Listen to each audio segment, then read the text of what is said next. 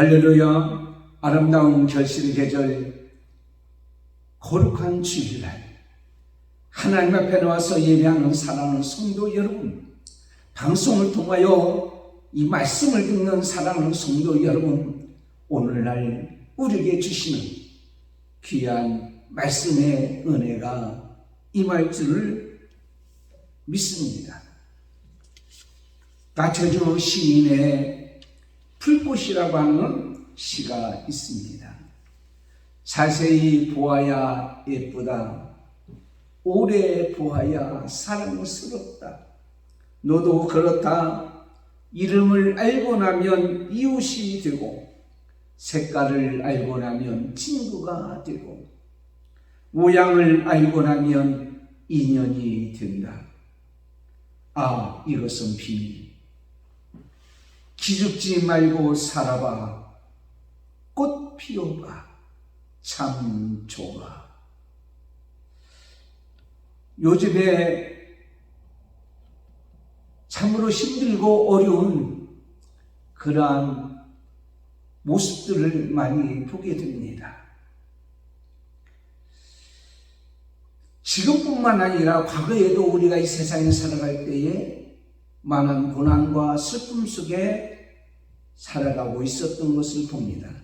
이로 인하여 많은 고통을 맛보게 되고, 낙심하며 절망하며 실망하며 살아가는 사람들의 모습들을 많이 보게 됩니다. 코로나로 인해서 한 3, 4년 동안 모든 것이 중단되고 중지되어져 있는 이 현실 앞에서 그 결과는 어떤가? 많은 사람들이 기가 죽어서 살아가는 모습들을 많이 보고 있다라고 하는 거예요. 기라는 게 뭐냐? 생명체들이 활동하는 데 있어서 육체적인, 정신적인 힘, 이것이 바로 기라고 얘기합니다. 그래서 많은 사람들이 육체적으로 힘이 빠졌습니다. 정신적으로 나약해졌습니다. 그래서 그 기가 빠져서 실망하고 절망하고 우울증에 걸리고 심지어는 사살에 이르기까지 이르는 사람들이 많이 있는 것을 보게 됩니다. 이러한 상황 속에서 어떻게 하면 기를 살려줄 수 있을까? 라는 생각을 해보았어요. 여러분, 이 기라고 하는 것은 지나가다 보면 청년들이 기에 대해서 압니까? 라는 사람들이 있어요. 그 사람들은 다 이단입니다. 이단.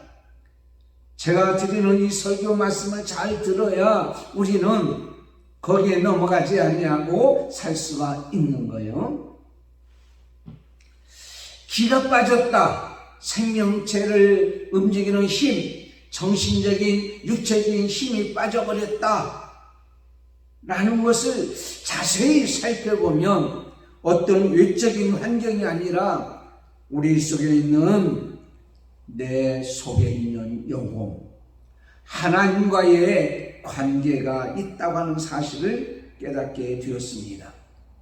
육체적인 힘이나 정신적인 힘이 빠져서 기가 빠진 것이 아니라 영혼이 약해지니까, 영혼에 문제가 생기니까, 더 쉽게 얘기해서 하나님과의 관계가 끊어져 버리니까, 하나님과의 관계가 약해져 버리니까 이렇게 힘이 빠져서 우리가 활동하는데 나약한 모습, 절망적이고 실망이고 우울증에 걸리고 자살에 이르게 하는 그러한 일들이 벌어지게 된다고 하는 사실입니다.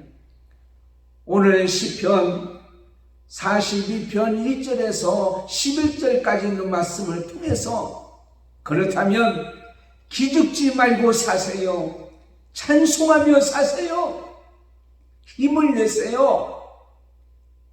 오늘 우리에게 주신 말씀 5절 말씀 보면 내 영혼아 내가 어찌하여 낭망하며 어찌하여 내 속에서 불안해하는고 너는 하나님을 바라라. 그 얼굴의 도우심을 인하여 내가 오히려 찬송하리다. 그렇습니다. 문제는 내 환경이 문제가 아닙니다. 내 육체적인 문제가 아닙니다. 내 사업이 문제가 아닙니다. 내 쥐어주는 어떤 물리적인 것들이 아니라 내 속에 영혼이 문제라고 하는 사실을 먼저 알아야 되는 거예요. 영혼이 잘 되어야 육체적인 힘, 정신적인 힘, 우리 삶의 모든 여정들이 이 땅에 가서 불안하지 아니하고 살 수 있는 그러한 일들이 있게 되는 줄을 믿습니다. 그렇다면 첫 번째로 기죽지 않고 살리라. 기죽지 않고 살리라. 영심이라고 하는 만화가 있어요. 옛날에 보신 적 있습니까? 거기면 퀴즈데이가 있어요. 근데 다 보면 영심이보다 다 똑똑한 친구들이 나와서 대회를 하는데요, 처음에는 잘 맞춰요. 그런데 너무 서두르다 보니까 점수를 까먹고 나는 거예요. 하나도 못 맞힌 영심이와 이제 점수가 거의 같게 되었어요. 이제 마지막 문제 있습니다. 이 문제만 맞히면 점수는 작지만 우승하는 거예요. 문제가 나왔어요. 어떤 그림을 보여주면서 이 작가의 이름을 아십니까? 영심이가 실수로 불러버린 거예요. 땀을 뻘뻘 흘리면서 정답을 알아내려고 하니 알 수가 있나요? 결국 모릅니다. 그랬어요. 그랬더니 사회자가 네, 정답입니다. 사실 그 그림의 작가는 미상입니다. 누가 그린지 몰라요. 결국 영심이가 우승하게 되었다는 거예요. 얼떨결에 모른다고 해서 우승했다는 재미있는 얘기입니다. 오늘 본문 시편 42편은 사실은 누구의 시인지는 기록되어져 있지는 않습니다. 고라 자손이 성가대원이었는데 그 성가대원이 나중에 찬송하면서 부르는 노래가 바로 본문에 있는 말씀이란 말이에요. 그런데 본문에 있는 말씀을 유출해서 이렇게 보게 되었으면 고라 자손들이 그때 당시에 다윗과 함께 하고 있었어요. 함께 찬양하고 함께 예배하고 그러는 가운데에 다윗의 모습을 다 보고 있다가 찬송했으며 결국은 다윗의 신앙의 고백의 내용인 것을 보게 됩니다. 물론 어떤 다른 성경학자들은 히스기야가 왕이 된 이후에 병이 들은 이후에 지었던 바벨론 포로에 잡혀갈 때 고백한 시 여러 가지로 할 수 있지만은 이 말씀의 내용을 가만히 보니까 다윗이 자기 아들 압살롬이 쿠데타 일으킬 때에 도망다니다가 고통받을 때에 고백한 시라고 하는 것을 볼 수가 있습니다. 한 가지 분명한 것은 바로 뭐냐? 그가 매우 어려운 상태에 있었다고 하는 거예요. 많은 고난과 역경과 환난 속에 있었던 것을 알 수가 있습니다. 그래서 4절 하반절에 내 마음이 상하는도다, 5절 상반절에 내 영혼아 내가 어찌하여 낙심하며 어찌하여 내 속에서 불안해 하는가, 11절 상반절에 내 영혼아 내가 어찌하여 낙심하며 어찌하여 내 속에서 불안해 하는가. 그러므로 그 속에 너는 불안과 초조와 낙심과 마음의 상에서 견딜 수 없는 그러한 모습, 육체적인 힘, 정신적인 힘이 다 없어진, 세상 말로 기가 빠진 그런 모습을 보게 됩니다. 그렇다면 기죽지 않고 살려면 어떻게 해야 됩니까? 첫째는 보이는 상황에 초점을 맞추면서 살지 말아야 한다고 하는 거예요.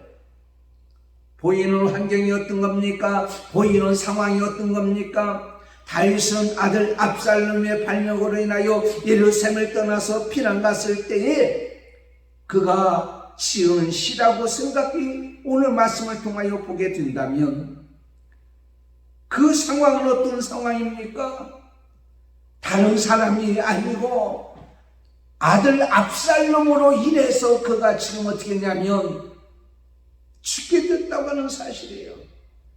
그것을 볼 때에, 그 상황에 맞추어 볼 때에 그는 절망할 수밖에 없다고 하는 거예요. 히스기야 왕이 병이 들었다는 그 현실을 앞에 놓고 그는 절망할 수밖에 없었던 것처럼 바벨론의 포로로 잡혀가는 이스라엘 백성들이 절망할 수밖에 없었던 것처럼, 여러분 열왕기상 19장에 보면 엘리야 선지자가 나옵니다. 18장에 보면 하늘에서 불과 하늘에서 비가 내리는 귀한 역사를 일으켰던 기도의 사람이고 능력의 사람입니다. 19장에 가서는 아합 왕의 이세벨이, 왕이었던 이세벨이 이제 너도 바알 신을 섬겼던 선지자를 같이 죽게 되라고 했을 때 낙심하고 절망했었던 모습을 우리는 열왕기상 19장에 보면 보게 됩니다. 그래서 엘리야 선지자가 도망을 가잖아요. 노대나무 밑에서 나 죽겠소, 하나님 나 좀 데려가세요 라고 절망했던 그런 모습을 보게 됩니다. 왜 그랬습니까? 보이는 상황에, 보이는 현실에, 보이는 것에 초점을 맞췄을 때는 실망할 수밖에 없고 절망할 수밖에 없었던 것을 보게 됩니다. 오늘 부분에 보면 나를 14번, 나를, 나의, 나라는 말을 많이 사용한 것을 보게 됩니다. 다시 말씀드리면 자기 자신을 바라볼 때에 얻어질 것이 아무것도 없어요. 너무도 연약합니다. 너무도 부족합니다. 힘이 없습니다. 매우 초라합니다. 자신에 매여 있기 때문에 그는 실망할 수밖에 없고 기가 죽을 수밖에 없어요. 사랑하는 성도 여러분, 지금 보이는 것이 있어요. 그 보이는 것에 초점을 맞추면 이 세상에 희망이라는 게 뭐가 있습니까? 보이는 것에 초점을 맞추고 자기 자신의 모습에 초점을 맞추고 살면 우리는 지금 형편이 정말 좋지 못한 형편들이 많이 있는 것을 봅니다. 그 다음에 두 번째는 지난날에 자신이 한 일에 초점을 맞추지 말아야 합니다. 지난날에 내가 한 일, 나의 그 모습, 내가 처했던 어떤 환경, 거기에 초점을 맞추면 어떻게 되냐? 기죽고 마는 거예요. 실망할 수밖에 없는 거예요. 다윗이 지난날에는 굴곡도 있었고 죽음의 고비도 있었던 것은 사실입니다. 하나님의 도우심으로 말미암아 승리했고요. 다윗은 만만이라고, 사울은 천천히라고 하면서 많은 명예가 올라갔고요. 많은 사람도 칭찬을 받았어요. 그런데 현재의 모습은 다 떠나고 없는 거예요. 그 많던 사람들이 자기 자신을 떠나고 없는 거예요. 아들 낳았다고 기뻐했던 압살롬 아들마저 그를 떠나고 오히려 쿠데타 일으키고 자신을 죽이려고 했던 그런 모습을 오늘 말씀을 통해서 볼 수가 있는 거예요. 현재의 모습은 형편이 없습니다. 여러분, 사춘기가 되면 여인들이 과거에 자기의 앨범 사진을 놓고 그때의 아름다웠던 모습, 그때 화려했던 모습을 보면서 우울해하고 실망하고 좌절하는 그런 모습들을 많이 보게 되는 거예요.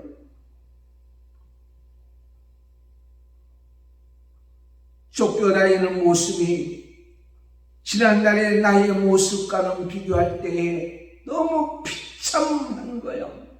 오늘 4절 말씀에 내가 전에 생성일을 지키는 무리와 동행하여 기쁨과 찬송의 소리를 바라며 저희를 하나님 집으로 인도하였더니 이제는 이를 기억하고 내 마음이 상하는도다. 옛날에는 정말 저들과 찬송하고 기뻐하고 즐거웠는데 지금은 슬픔이요 눈물이요 절망이란 말이에요. 교회도 마찬가지입니다. 지난날에 코로나가 오기 전에 얼마나 화려했어요. 얼마나 아름다웠어요. 얼마나 힘이 있었어요. 얼마나 기쁨이 있었어요. 얼마나 즐거움이 있었어요. 얼마나 행복이 있었어요. 근데 지금은 교회가 텅텅 비어 있어. 지금은요, 열악한 환경이 보고 힘들어지는 모습들을 우리는 보게 되는 거예요. 그렇다면 우리는 지난날에 너무 있었던 하나님 은혜에 감사하고 현실에 있는 문제를 잘 극복하게 나가서 어떻게 해야 될 것인가 라고 생각해야 되는데도 불구하고 지난날에 초점을 맞출 때 눈물이 나고 기가 죽게 되어지는 것을 봅니다. 내가 옛날에 이랬었는데, 내가 옛날에 이렇게 아름다웠는데, 내가 이렇게 과거에는 이렇게 살았는데 지금은 너무 비참하다. 그럴 때 기가 죽는 거예요. 여러분, 하나님의 역사는 기독교의 세계관은 미래에 있습니다. 희망적인 미래에 있습니다. 아침이 되고 저녁이 되니 하루였다가 아니에요. 성경은 저녁이 되고 아침이 되니 첫째 날이다. 하나님의 역사는요, 어둠에서 빛으로 시작했어요. 죽음에서 생명으로 시작됐어요. 그렇습니다. 절망에서 희망으로 시작됩니다. 시작은 미약했으나 내 나중은 심히 창대하리라. 이 모든 세계도 마칩니다. 무질서에서 질서의 세계로 변했던 것을 우리는 보게 됩니다.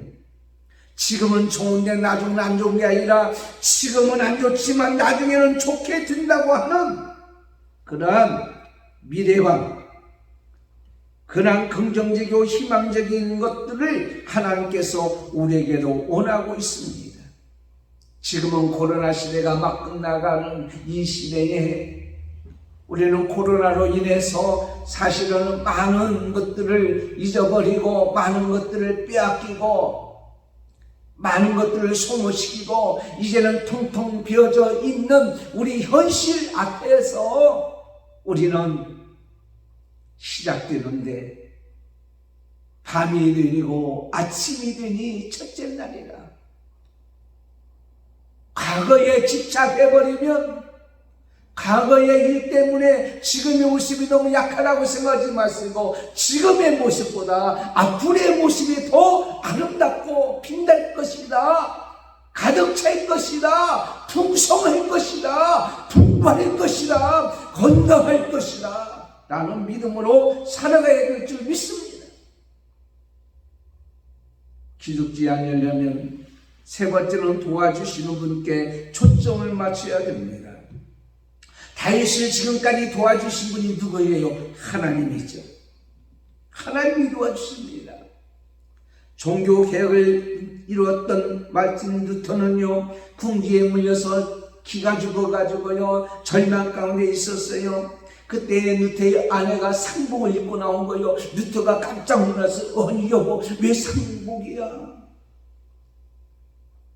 누가 죽었어?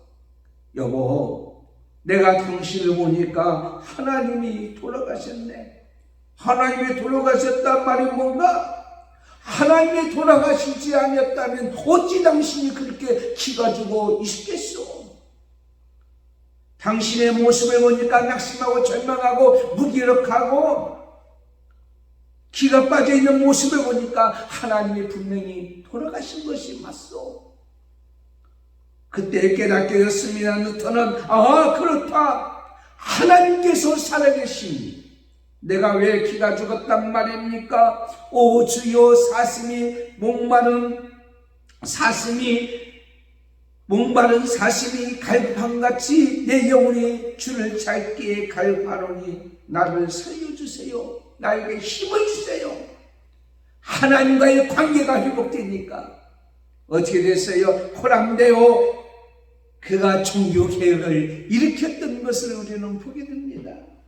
사랑하는 성도 여러분, 우리는 하나님의 도우심을 받아야 됩니다. 눈을 들어 산을 보니 도움이 어디서 올고, 이 세상을 창조하신 하나님께서 도와주시라고 믿고 거기에 초점을 맞추면 우리는 어떻게 해요? 살 수가 있는 거예요. 그렇습니다. 민수기 11장 14절에 보면 책임이 중하여 나 혼자는 이 모든 백성을 감당할 수 없나이다. 주께서 내게 이같이 행할진대 구함나니 내게 은혜를 베풀어 주사 즉시 나를 죽여 내가 고난당함을 내가 보지 않게 하옵소서. 모세도 낙심했어요. 모세도 절망했어요. 이스라엘 백성을 인도해 나갈 때에 백성들이 그를 위해서 힘을 모아주고 격려해 준 것이 아니라 오히려 힘들게 하고 원망하고 절망하고 심지어는 돌을 눌러서 죽이려고 하는 그러한 상황 속에 있을 때에 그가 초점을 그들에게 맞추지 아니하고 하나님께 초점을 맞췄다고 하는 사실입니다. 예수님 제자들도 마찬가지예요. 마가복음 4장 36절에 보면 예수님의 말씀에 예수님과 함께 배를 타고 가는데 풍랑으로 인해서 물이 배 안에 들어오기 시작했어요. 그때에 예수님이 가서 깨웁니다. 우리가 죽게 된 것을 왜 돌아보지 아니하였나이까. 예수님을 깨웠을 때에 예수님을 찾아갔을 때에 인간의 생사복을 주장하시는 하나님 예수님 성령님의 인도함 받을 때에 우리는 기죽지 않고 살아갈 수가 있는 줄을 믿습니다. 그 다음에 그럼 두 번째, 그렇다면 기죽지 않고 찬송하며 살리라. 시편 42편 주변에 많은 자들이 그를 조소합니다. 야, 네가 그렇게 했더니, 야, 네가 성전에 올라가면서 찬송하며 많은 사람 인도하고 데려가더니 이게 무슨 꼴이야, 이게 무슨 망신이야, 조소하고 비난합니다. 그런데 그런 가운데 있을 때 그 해결책을 다윗은 하나님께로부터 찾았어요. 사슬 다음에 찬송하며 살아가는 모습을 보게 됩니다. 사랑하는 성도 여러분, 여러분을 향해서 많은 사람이 비난하고 조소하고 우롱한다고 할지라도요, 지금 현실은 힘들고 어렵다고 할지라도요, 찬송하며 살아가는 저와 여러분이 되어야 될 줄 믿습니다. 어떻게요? 기죽지 않고 찬송하며 살 수 있는 비결 첫째, 하나님의 은혜를 기억하며 찬송하며 살 수가 있습니다. 다윗과 함께 있는 그들은 기죽어 살고 있고 살 수밖에 없었지만 다윗은 그 자리에 일어나서 고라 자손들과 하나님을 찬양하고 있는 거예요. 성가대에서 하나님을 찬양하고 있는 거예요. 자신이 젊었을 때, 어렸을 때에, 어린 나이에 사무엘로부터 왕의 기름 받기 위해서 형제는 다 떠났지만 왕따가 되어 양을 치고 있는 그 순간에도 하나님이 불러주셔서 왕으로 기름 붓게 해주시고, 어린 나이에 하나님의 능력을 믿고 나갈 때에 골리앗을 쳐 이겼던 그 능력의 사람, 승리자였습니다. 그것은 바로 하나님의 은혜였습니다. 하지만 사울 왕으로부터 쫓기는 신세가 되고 나중에는 압살롬부터 쫓겨다니는 신세가 되었지만은 하나님께서 생명을 보존해 주셨다고 하는 거예요. 시편 17편 8절에 나를 눈등을같이 지키시고 주의 날개 그늘 안에 감추사 내 앞에서 나를 앞잡는 악인들과 나의 목숨을 노리는 원수들에게서 벗어나게 하옵소서 했던 것 같이, 오늘 말씀같이 요단 땅과 헤므론과 미사엘 산에서 하나님이 은혜를 줬던 것을 내가 기억하게 되었습니다. 신명기 7장 19절에 내 하나님 여호와께서 널 인도하여 내실 때에 내가 본 큰 시험과 이적과 기사와 강한 손과 편파를 기억하라. 하나님이 이루어졌고 하나님과 함께 했던 기사와 이적을 10가지 재앙과 반석에서 물이 나오게 하시고 홍해를 건너게 해주시고 만나와 맺히는 주신 하나님. 자, 여러분, 그 하나님을 기억하라. 여호와께서 네가 두려워하는 모든 자에게 내가 그렇게 해주지라. 큰 손과 편팔로 인도해줬던 하나님, 잘 되었던 때 그 모습 나를 기억하지 말고 그렇게 해주신 하나님을 기억하라. 하나님의 은혜를 기억하라. 그렇게 해주신 하나님의 은혜를 기억하라. 그래야면요, 눈물의 자리에서, 낙심의 자리에서, 기죽어 있는 자리에서 기쁨으로 일어나고 하나님을 찬양할 수가 있는 줄을 믿습니다. 지금까지 여러분을 살게 해주신 하나님의 은혜를 한번 기억해 보세요. 지금보다 더 열악한 환경과 열악한 그 상황 속에서도 하나님이 여러분에게 은혜를 베풀어 줬던 그 은혜. 두 번째는 하나님께 기도함으로 찬송하며 살게 되는 줄 믿습니다. 오늘 8절 말씀에 낮에는 여호와께서 그 인자심을 베푸시고 밤에는 그 찬송이 내게 있어 생명의 하나님께 기도하리이다. 사랑하는 성도 여러분, 많은 풍랑과 많은 물결이 죽음의 어두움이 나를 엄습한다고 할지라도 요나서 2장 2절에 보면 내가 받는 고난이 나의 어깨에 풀려 알이 없었더니 요나가요 죽음이 엄습하는 그 상황 속에서 하나님 앞에 기도했더니 하나님께서 나의 기도를 들어주시고 건져주셨다. 그냥 주저앉지 앉아있지 말고요, 자신이 할 수 있는 일 하나님 앞에 뭐 했다고요? 기도했습니다. 기도는 하나님의 도우심을 구하는 겁니다. 시편 121편 2절에 나의 도움이 천지를 지으신 여호와에게소이다. 그렇습니다. 기도는 가만히 있지 않냐고 소망을 갖는 거예요.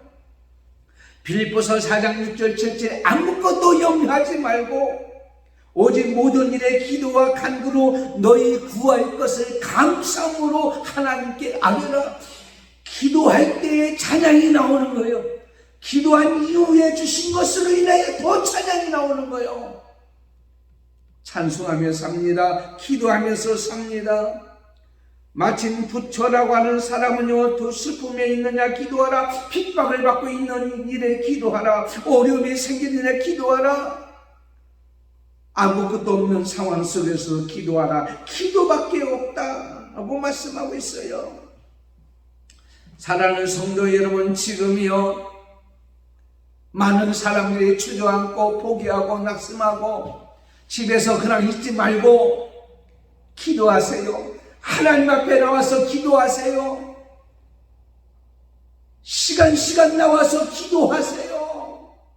하나님이 여러분의 기도를 들어주실 줄 믿습니다. 예레미야 33장 1절 3절 이를 행하시는 여호와 그를 지어 성취하시는 여호와가 이제 말씀하시느니라. 너는 내게 부르짖어라. 나는 내게 응답하겠고 그 은밀한 일을 보여 알게 하리라. 얼마나 하나님은 이 시간에 저와 여러분을 기도하기를 원합니다. 전도지를요 집집마다 꼽아놓습니다. 꼽아놓을 때마다 그 집을 위해서 기도합니다. 하나님, 이 가정이 예수 믿게 해주세요. 하나님께서 이 가정에 예수 잘 믿어서 하늘의 복과 땅의 기름진 복과 자녀들의 복을 주세요. 하나님의 복 주셨다고 하는 것을 기억하게 해주시고 감사함으로 믿음으로 살게 해주세요. 간단하지만은 집집마다 그렇게 기도한다고 하는 거예요. 제가 그 집을 위해서 할 수 있는 게 뭐예요? 아무것도 할 수 없습니다. 복음을 전할 뿐만 아니라 기도하는 것밖에 없잖아요. 하루에 예를 들어서 일주일에 한두 번 서너 번 나가면요 200가정을 하는데 200번의 축복 기도를 한다는 것은 대단한 거예요. 여러분 한번 해보십시오. 200가정을 복을 한번 빌어주세요. 그 복이 그들에게 임하고 우리에게도 임할 줄을 믿습니다.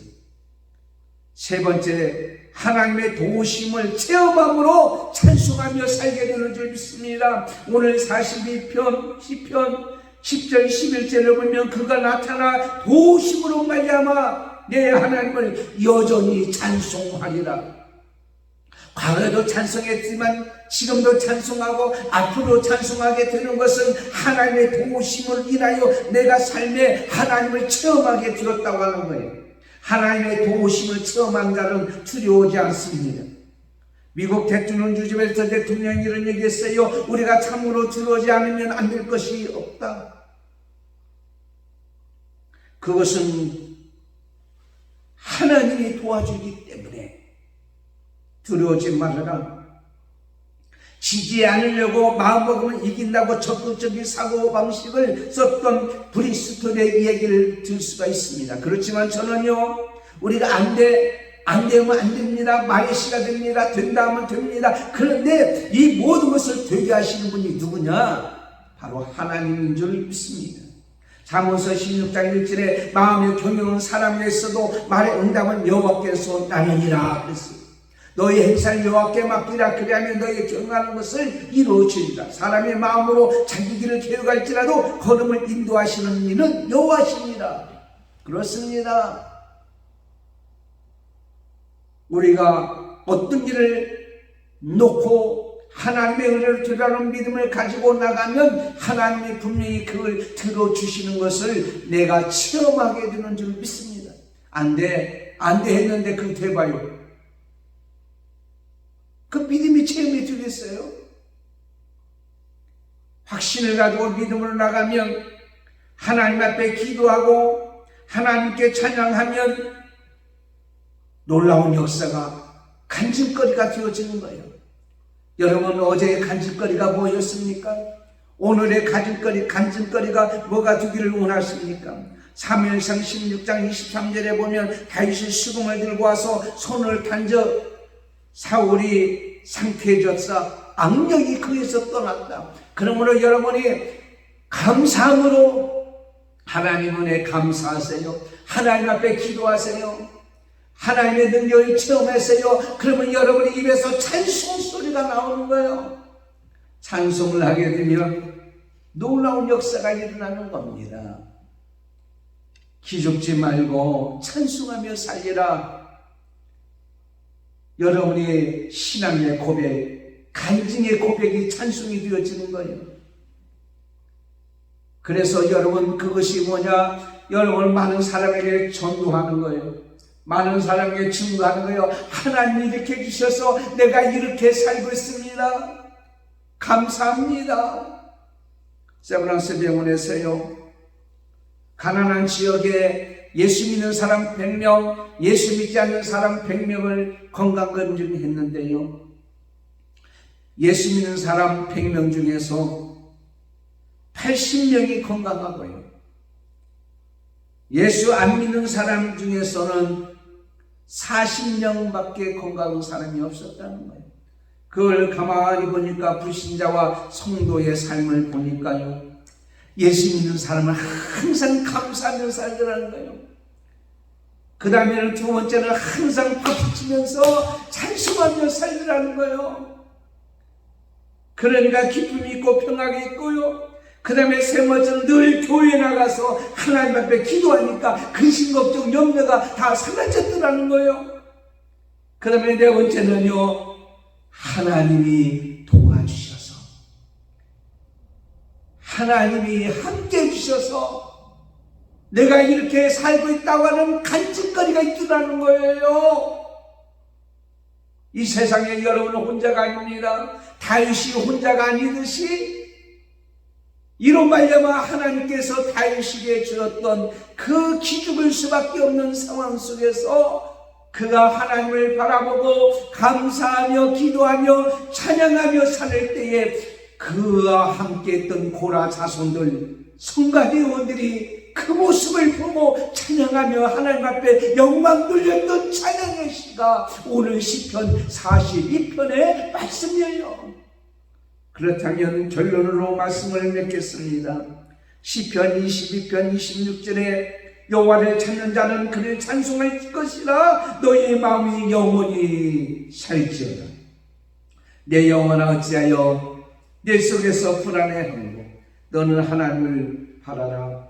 그 도심으로 인하여 내가 오히려 찬송하리로다. 사랑하는 성도 여러분, 기죽지 말고 사세요.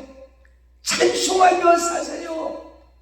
오늘 다윗과 같이, 그들과 함께 했던 성가대원 같이, 찬양대원 같이 우리 이렇게 살아가는 저와 여러분이들은 귀한 아름다운 계절, 복된 계절 되시기를 예수님의 이름으로 축원합니다. 하나님 감사합니다. 세상을 바라보면 절망하고 실망할 수밖에 없습니다. 나를 바라보면 너무 힘이 없습니다.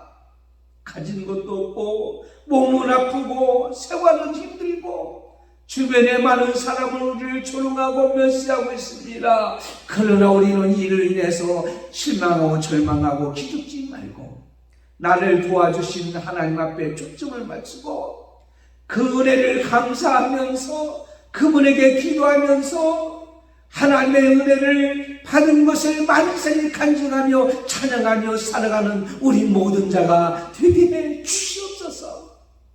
고통 가운데에 눈물을 흘리면서 슬픔 가운데 있는 모든 성도들이요, 오늘 말씀 같은 은혜가 있기를 원하며 소망하는 모든 성도가 되기를 예수님의 이름으로 기도드리옵나이다. 아멘.